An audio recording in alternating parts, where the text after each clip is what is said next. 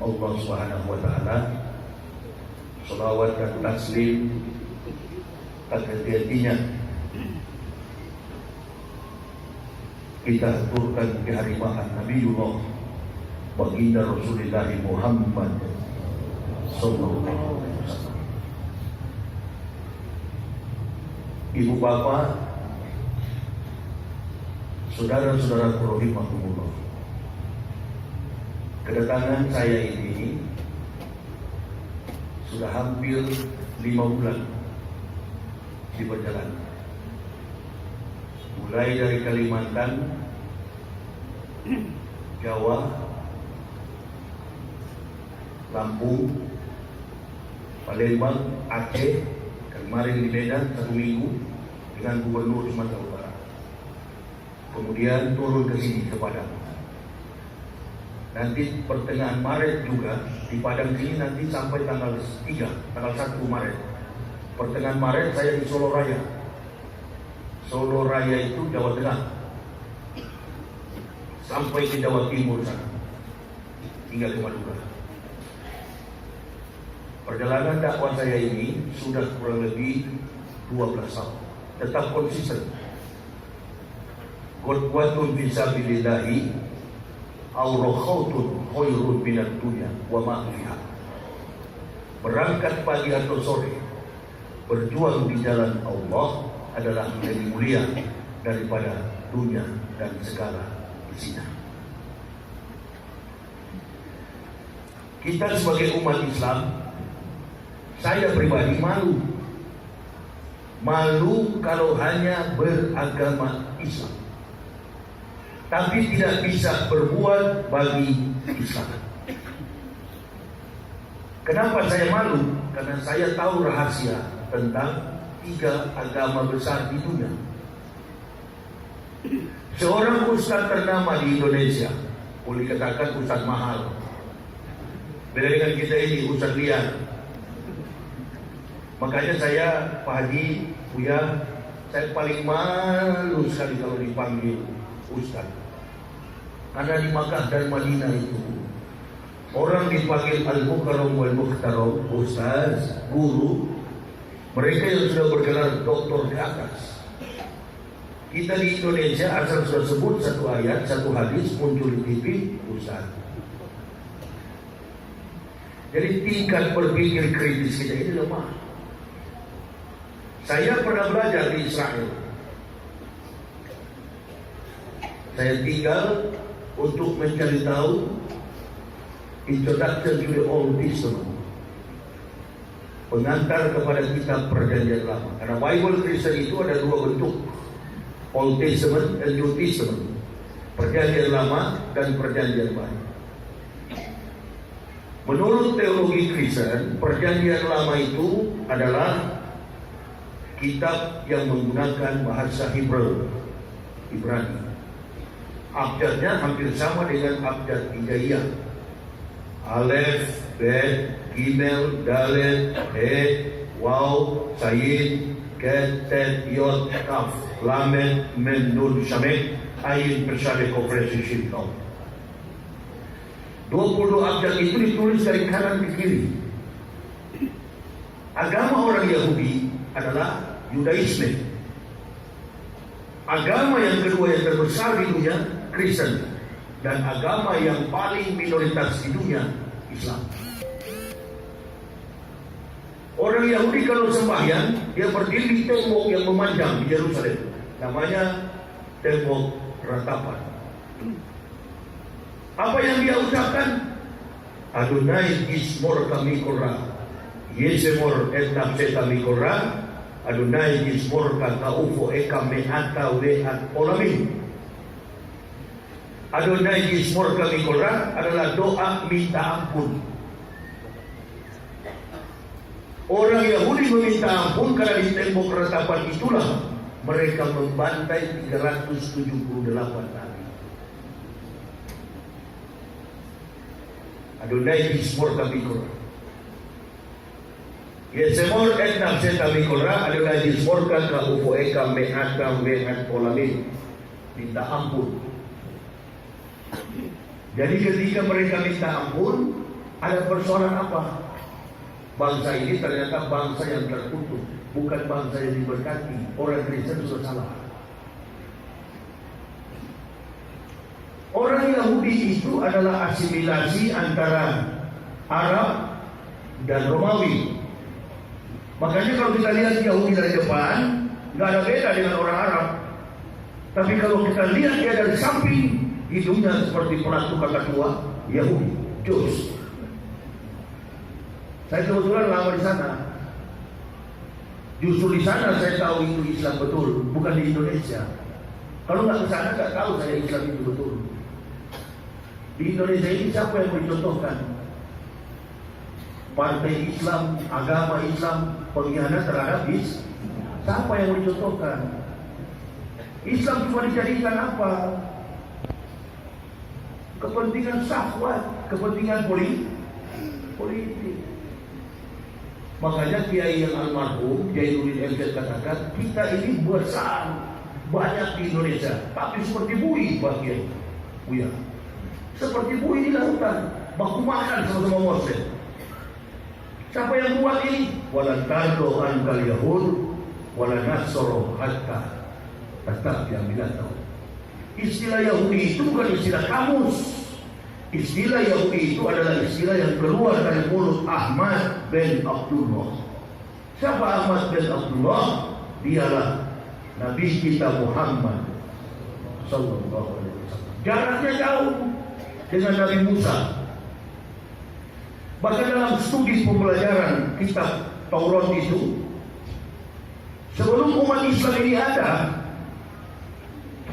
Musa sudah diberitahu oleh Allah di Gunung Tursina. Begitu Taurat diserahkan kepada Musa, lalu Allah berfirman kepada Musa, Musa, aku akan memberikan kepada umat Muhammad 2 cahaya. Waktu Allah berfirman begitu, sudah ada enggak orang Islam? Jangankan orang Islam, Nabi Muhammad juga belum lahir. Ini atau itu umat Muhammadin Nur Aini Kailah Yadruhum Zulmatani akan memberikan kepada umat Muhammad 2 cahaya untuk menerangi mereka dari 2 kegelapan. Lalu Musa bertanya, faqala Musa, manur aini ya Rabbi, cahaya apa itu ya Tuhanku?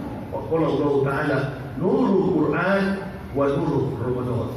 Wa majul matani ya Rabbi, untuk menerangi kegelapan apa itu ya Tuhanku? Julmatul qabri wal yaumal kiamat. Lalu disusul berita ini 3.500 tahun kemudian, tongkat estafet agama tauhid diberikan kepada Yesua Hamasya atau Isa al-Masih. Lalu Isa sampaikan, wa isqala Isa bin Maryam ya bani Israil, ini Rasulillahi ilaikum mursali kalimah baina yadaya minat Taurat wa wajizrobi Rasulil ya'ti min walismuhu Ahmad. Jadi rangkaian secara historik terkait dengan kedatangan Nabi Muhammad ini lengkap di dalam pembenaran Taurat dan Injil. Orang terus bertanya, mana kitab Taurat itu? Taurat itu nggak ada lagi, hanya 2 loh batu di atas bukit Tursina, 5 and 5 disebut dengan the 10 commandments, 10 perintah bagi Bani Israel. Sekarang bukan Israel, itu Yahudi. Agama yang dulu ada Taurat, 10 perintah yang Allah berikan kepada nenek moyang Yahudi. Nah, supaya Bapak Ibu tahu bahwa yang datang ini akan memberikan kepada kita pemahaman yang betul-betul. Karena selama ini asumsi kita, ajaran yang kita konsumsi, yang melekat pada logika kita ini, kalau bicara Injil Kristen, betul kan? Bicara Isa Kristen, seolah-olah kita diadu argumen, lahirlah ambivalence, pertentangan perasaan antara Kristen dan Islam. Padahal kita berkewajiban, Kristen itu kafir. Karena agamanya tidak ada relevansi dengan agama Isa. Sekali lagi, agama Kristen tidak ada hubungannya, tidak ada relevansinya dengan agama Isa. Kitab orang Kristen juga tidak ada hubungannya dengan kitab agama Isa. Lalu orang bertanya, di mana kitab Injil itu? Ada anak muda di Pekanbaru, dia bilang begini, Ustaz, saya punya bapak, kebetulan punya kitab Injil asli. Terus saya jawab, di mana bapakmu ketemu Nabi Isa? Ayat yang saya baca tadi, As-Saff, Quran Surah As-Saff 61 ayat yang ke-6. Waktu Nabi Isa berkata begitu, saya mau tanya ibu bapak, saya mau uji kemampuan teologis, apa betul yakin dengan Al-Quran? Karena kita ribut sekarang setelah Rocky membuang kata bahwa Al-Quran itu adalah fiksi. Waktu Nabi Isa menyatakan begitu, Nabi Muhammad sudah lahir atau belum? Sudah lahir atau belum? Atau mau bantah sama saya? Sudah Ustaz, waktu itu ketemu di warung mana katakan juo. Lalu Rasul katakan, Muhammad berkata kepada Isa, apa man? Nanti kalau ente datang jadi Nabi, tolong dong beritahu saya mana pernah mereka bertemu dalam rentang waktu yang 576 tahun. Jelaskan kepada kafir Kristen supaya dia masuk Islam. Tapi yang jarak yang begitu jauh, setelah Isa katakan begitu, Nabi Muhammad belum datang. Al-Quran sudah ada atau belum? Oh, buktinya ada. Al-Quran sudah ada, tapi tidak pernah terbukukan dalam bentuk buku. Musaf. Di zaman Nabi Muhammad saja, yang ditangkap Umar bin Khattab di tangan adik kandungnya Fatimah, masih dalam bentuk su'um, di atas kulit, di punggung kulit lembu, di atas pelepah kurma wahyu itu ditulis. Apalagi di zaman Nabi Isa. Jadi Injil yang dibawa oleh Nabi Isa itu bukan dalam bentuk kitab begini. Jangan setelah kita bilang kitab identik dengan buku. Kitab yang disampaikan Isa tidak pernah terbukukan, tidak ada manuskrip, tidak ada naskah asli sampai hari ini. Saya cari sampai ke sana, nggak ada di Israel, nggak ada naskah Injil itu tertulis dalam bentuk buku atau kitab. Yang di Gua Qumran itu adalah kitab syair. Karena di Israel sana orang hobi menyair, mereka membuat sebuah tasyakuran. Kalau kita syukuran, syair yang ditampilkan. Siapa jadi pemenang, berangkat ke Persia. Itu. Nabi-nabi dulu hobi menyanyi, termasuk Nabi Daud dengan kitabnya Mizmor El-Hadibari atau kitab Mazmur, karena Nabi Daud adalah nabi yang pandai bermain gambus dan kecapi. Dia pandai bernyanyi, makanya kitab Zabur itu banyak kidung, nyanyian.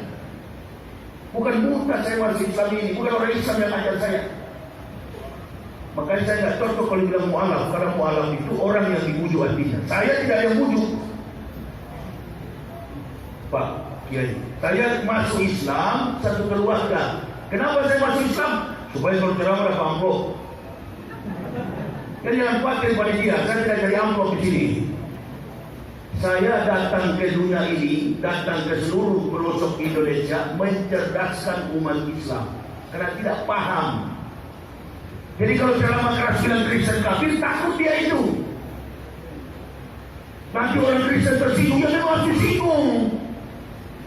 Dokter tidak ada, orang sakit datang ke dokter, aduh mana yang sakit sayang? Nggak ada. Dokter dia bolak-balik, mana tadi yang sakit? Mana? Yang mana? Oh yang ini ya. Coba balik badanmu, kasar-kasar dokter. Begitu juga dakwah. Supaya apa? Orang Kristen ini sembuh dari penyakit. Apalagi bangsa kita ini yang sudah kehilangan kewarasan. Jadi kita dipimpin oleh orang yang tidak waras dan juga menjadi tidak waras. Bagaimana kita katakan bangsa yang waras? Orang gila saja dalam undang-undang nggak boleh memilih. Karena orang gila boleh memilih, itu waras. Karena kita terlalu banyak pusat-pusat, maksud saya ya, terlalu banyak bicara halus, terlalu banyak bicara takut, tersinggung. Diambillah oleh Allah orang kafir, liberal, satu kampung sama saya, Rocky Gerung. Sini kau jadi ustaz sementara dulu. Karena terlalu banyak itu ketahui berisik. Imanuhum fi amplopihim. Kalau nggak dikasih amplop meracu. Tak mau berdakwah. Oh, saya kalau mencari itu nggak usah masuk Islam. Cuma $13.000 saya terima tiap hari, tiap bulan di UPI Papua itu. Itu baru insentif dari Stuttgart, Jerman. Belum lagi yang lain. Keadilan Sinode. Mau-maunya saya begitu. Saya masuk Islam juga berdakwah. Mobil saya punya itu beberapa biji mobil saya. Satunya tinggalkan, saya kasih ke Buya di Padang. Dr. Andus Ali Yusuf Helmi. Ketemu Buya, tapi kasih Buya mobil. Saya kemana-mana itu kasih mobil ke ustaz-ustaz. Untuk apa? Innalillahi. Kakak saya itu yang sport saya berdakwah. Kamu habis semua bilang deh sama saya. Siap. Saya bilang orang kalau masuk Islam itu kalau bodoh, goblok dan miskin jangan masuk Islam. Islam tidak butuh kuantitas, Islam butuh kualitas. Manado yang 0,18%, sekarang Manado 51%. Ratusan ribu Buya yang masuk Islam di Manado. Allahu Akbar. Ada bukti mengokohkan iman saudara Muslim, memanggil yang kafir masuk Islam. Itu panggilan dakwah. Bukan pakai tim. Kesana kemari pakai pengawal, pakai tim, naik pesawat. Jangan naik pesawat. Coba kalau Ustaz Somad jalan sama istrinya, Arifin Ilham jalan sama istrinya, Yahya Waloli di Sumatera, Arifin Ilham di Pulau Jawa, Ustaz Somad di Kalimantan. Kuat Islam ini. Jalan dengan ikhlas, tapi tetap mempertahankan wibawa, murah tapi tidak murahan, begitu ya. Allahu Akbar. Coba, siapa yang lebih tinggi jabatannya daripada Buya, daripada Ustaz, Kiai, Tengku? Nggak ada. Jabatan yang paling tinggi di dunia ini adalah pendakwah. Mana buktinya? Datang ke Istiqlal, sholat Jumat. Jenderal 100 bintang, menteri, anggota parlemen, orang-orang berpangkat ambassador, bahkan Alpateko pun di situ. Alpateko di bawah. Tahu ya Alpateko? Jokowi. Siapa yang dilimar? Ustaz. Masa saya jadi kafir dengan harga betul? Itu kenapa mendekati kita Ustaz amplop. Jangan. Kalau tidak ada ulama di dunia ini, iwamut dunia bi'arba'ati asar. Tertibnya dunia bergantung pada 4 perkara. Yang pertama, bi'ilmi ulama'i, ilmu para ulama. Ini yang boleh buka. Yang kedua, bi'adlil umarah, pemerintah yang adil. Adillah sekarang. Omong kosong, Pancasila itu bukan teori, bukan hafalan. Persoalan yang menguat di publik saat ini adalah ketidakadilan dari segala aspek dan realitas itu. Aspek politik tidak adil, aspek sosial tidak adil, aspek agama tidak adil. Buya pergi ke Jawa Tengah, namanya Solotiko. Di Jawa Tengah itu satu rumah sampai 5 agama. Orang Natalan dia pergi makan daging babi. Orang Lebaran dia pergi makan daging kambing. Dianggap sama agama. Jadi harus kekuatan yang melemahkan derajat ijtihad daripada tauhid justru dari Pulau Jawa sana. Saya orang Manado. Saya bukan tidak tahu di persoalan problematika teologis internal eksternal Islam. Nah, kalau saya masih Islam munafik, waduh paling mudah saya merongrong dari dalam. Tapi kami tidak ada mental begitu. Saya orang Manado ini dibesarkan dari lingkungan keluarga yang fanatis beragama Kristen. Dan kalau tahu barang ini betul, kami tidak pernah takut dengan penjara, apalagi mati. Antum mau sembunyi kemana? Kalau memang waktunya sudah kita bawa ajalah. Wa ma kana li nafsin an tamutu illa bi idznillah, kita bawa ajalah. Waktu yang sudah ditetapkan, mati ya mati. Saya sudah beberapa kali lapor polisi karena mengatakan Megawati itu cepat mati. Viral itu. Saya lempar kalimat begitu, bukan saya orang sembarang bicara. Nabi mengajarkan kepada kita, man da'a li zalimin bil baqa'i faqad subah an yusallahi fil ardi. Barang siapa mendoakan orang zalim umur panjang, maka dia telah mendurhakai Allah di muka bumi. Doakan supaya cepat mati. Itu umur pendek.